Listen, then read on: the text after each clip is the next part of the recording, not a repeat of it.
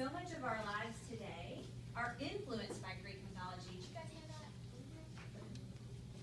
Like owls, what do owls symbolize? Wisdom. So think of Winnie the Pooh. Who's the smart one in Winnie the Pooh? The owl. The owl. So little things like our cartoons are influenced by Greek mythology. Even our words. Mr. Ball. No shoe on here. It's there we go. What does this mean right here? Synonym. What does that mean? Like it's similar to another word. It's similar to another word. Same name. That's Greek. Same name. What is antonym? Like opposite. Opposite. Opposite name. Homograph, same writing. And a homograph, I don't know if you remember, that's like bark, a dog barks, and then bark on a tree. They're words that look exactly the same, but they have different meanings. So same writing. Homograph. Now, who knows what narcissus means? Anybody? Would it be the opposite writing? Close, because you're following a pattern here. By the end of our myth today, you're going to know what narcissus means. And it's a word that people use in our language today, but it's a word that came straight from a Greek character. So we're going to read this myth called Echo and Narcissus. Yes? And when we get to the end of this myth, so we're going to read it first together. Just follow along with your eyes or your fingers or whatever you want to use.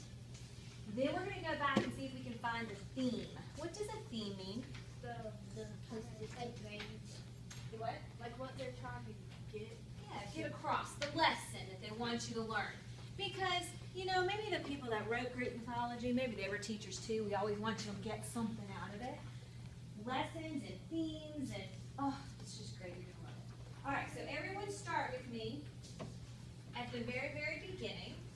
And remember, we're following along with our eyes or our fingers, something. If you lose your spot, shoot your hand up, and I'll come around and point to you where I am, okay? Here she comes right now. Ready? Echo and Narcissus, retold by Roger Green. Up on the wild, lonely mountains of Greece lived the Oreads, the nymphs or fairies of the hill. And among them, the most beautiful was called Echo. Narcissus seemed enchanted by what he saw. He couldn't even leave the pool. They lay by his side day after day, looking at the only face in the world which he loved and could not win. And pining away just as, who else? Just as Echo had pined. Slowly Narcissus faded away, and at last his heart broke. Woe is me, for I loved in vain, he cried. I loved in vain, sobbed the voice of Echo among the rocks. Farewell, my love, farewell, were his last words, and Echo's voice broke and its whisper shivered into the silence. My love, farewell. So Narcissus died, and the earth covered his bones. But with the spring, a plant pushed its green leaves through the earth where he lay. As the sun shone on it, a bud opened, and a new flower blossomed for the first time. A white circle of petals around a yellow center. The flowers grew and spread, waving in the gentle breeze, which whispered among them like Echo herself, come to kiss the blossoms of the first Narcissus flowers. And so that picture down there really are flowers called Narcissus. Where do you think they grow? Near rivers. Near rivers, near lakes, near any kind of body of water, because that's where Narcissus died. Well, you know, that's how the story goes. All right, so now what we're going to do in groups, we're going to look at these words again through a specific lens. So we're going to use kind of our detective goggles.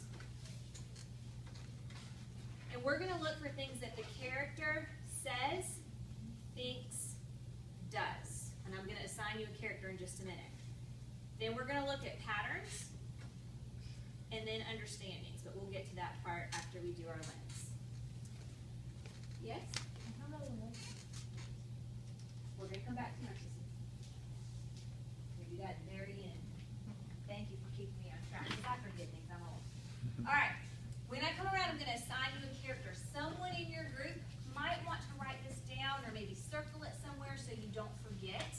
Once I've given everyone a character, we're going to come back and I'll tell you the next step, okay? Sound like a plan? Are you guys sleeping on me?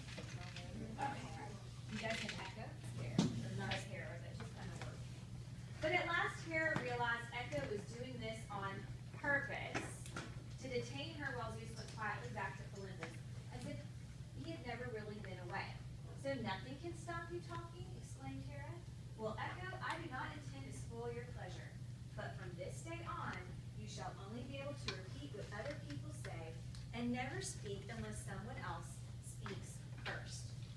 What would we underline if we were analyzing Hera? Two things that I noticed. It says, Karen realized that Echo was doing this on purpose. Stop right there, that is perfect. Hera realized Echo was doing this on purpose. Is that something she says, thinks, or does? It's something she's thinking. What does that tell us about Hera's character? Think about that. It's like all of a sudden she figured out, she's doing this on purpose. Do we have an idea yet? Should we read a little bit more? Look at her next statement. Well, Echo, I do not intend to spoil your pleasure, but from this day on, you shall only be able to speak what others speak. What do you think? What? That's something she says, absolutely, so we could underline that. And what does that tell us about Hera as a character? She's frustrated. Who said that? Why do you say she's frustrated? It doesn't say she's frustrated.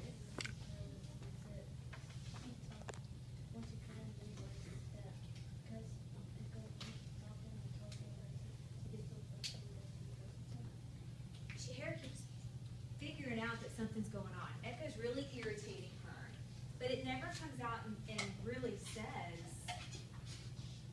she's frustrated. It says she figured out that Echo was doing this on purpose, and then she goes on with, I do not intend to spoil your pleasure, but hey, guess what? I'm going to curse you. So by looking at the words of the characters and what they think and their actions or what they do, we can figure out their personalities, and it's going to help us determine what the theme is, okay? So, whomever you have, Echo, Narcissus, or Aphrodite, go ahead and start underlining what your character says, thinks, or does, and then we'll do the next step, okay? Let's take maybe 5 minutes.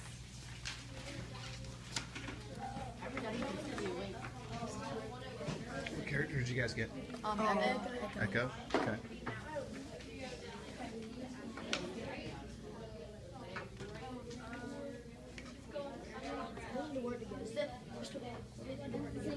Hey, you work in your group. What characters you guys get? Echo. Echo? Okay, so it says Lamb's character says things. So it's the same. Aphrodite starts with an A. And it has an I in it. What characters you guys get? Aphrodite? Okay. And what are you doing? You're supposed to find things that Aphrodite... Says or things. Okay. And those things are... And that should help you to eventually determine the theme What kind of... of character she is. Okay. So the theme of the story. What characters you guys get? Echo. Oh, awesome. Looks like you're off to a great start. And so you're looking for things that echo, Says does things. and when you find those things, they'll help you to eventually sort of figure out the what of the story. The character. And sort of like based on what the characters are doing and saying and stuff, and what they think, these things will help you to discover what the what of the story is. Oh, theme. Theme. That's right. Good. Remember she was talking about what is theme in the beginning? I guess we're talking about it. It was supposed to be like a life lesson. Something like that. Whoever you are, come to me. Which is kind of bossy, don't you think?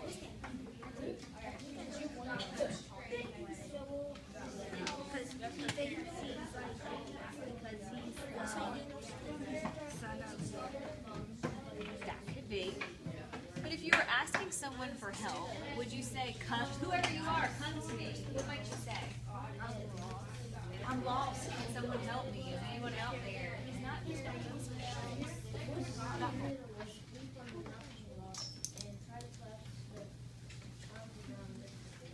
leap on the mountain rocks and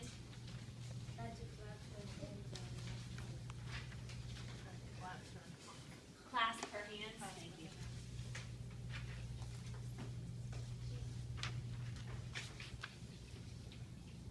She said Yearta said, "Here, come to me, avoid me, let us meet, and kiss me, kill me." You can just hear the desperation in her voice, right? She really, really loves this person. And he feels how about her? Ew. Like if you had to make a face for what Narcissus felt about Echo, what would it look like? Yeah. What about how he feels about himself? Exactly. Yes, he loves himself. So poor Echo, what are some things that she thought, maybe near the beginning of the story?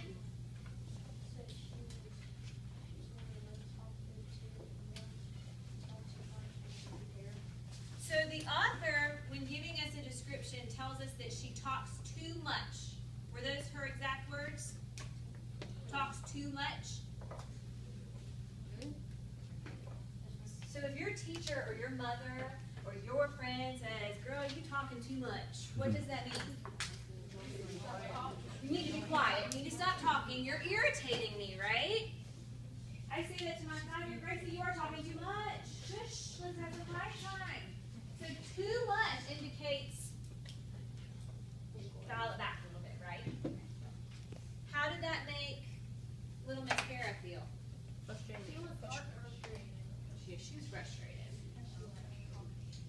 Yeah, she wanted a little bit of peace and quiet. She didn't like what Echo was doing with the whole distraction thing. So what does Kara do? She silences her. She gives her a little curse.